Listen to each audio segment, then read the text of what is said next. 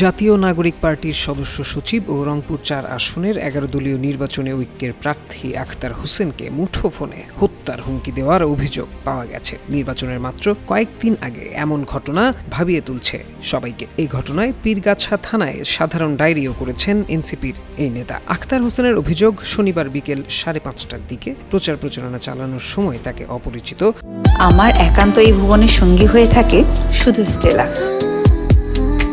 মুঠোফোন নম্বর থেকে হুমকি দেওয়া হয়। এই ঘটনায় শনিবার রাতে তিনি পীরগাছা থানায় সাধারণ ডায়েরি করেছেন। সেখানে উল্লেখ করেন, বিকেল আনুমানিক ৫:৩০টার সময় তিনি পীরগাছা থানার ছাওলা ইউনিয়নের কিসামত গ্রামে নির্বাচনী প্রচার প্রচারণা চালানোর সময় অপরিচিত মুঠোফোন নম্বর হতে তাকে প্রাণনাশের হুমকি দেওয়া হয়। এই ঘটনা নিয়ে শনিবার রাত ১১টার দিকে আখতার হোসেন গণমাধ্যমকে বলেন, সারা দেশের মতো তার আসনেও শাপলাকলির নেতাকর্মীদের নানা সময়ে হুমকি দেওয়া হয়েছে। প্রকাশ্যে হুমকি দেওয়া হয়েছে, গোপনেও হুমকি দেওয়া হয়েছে। ভয় দেখিয়ে উড়ো কথা বলে প্রাণনাশের হুমকি দিয়ে কোনোভাবেই এনসিপির জয়যাত্রাকে থামিয়ে রাখা যাবে না। এদিকে পীরগাছা থানার ভারপ্রাপ্ত কর্মকর্তা AKM খন্দকার মহিবুল ইসলাম জিডির বিষয়টি নিশ্চিত করে গণমাধ্যমকে বলেন, এ ব্যাপারে প্রয়োজনীয় ব্যবস্থা নেওয়া হবে।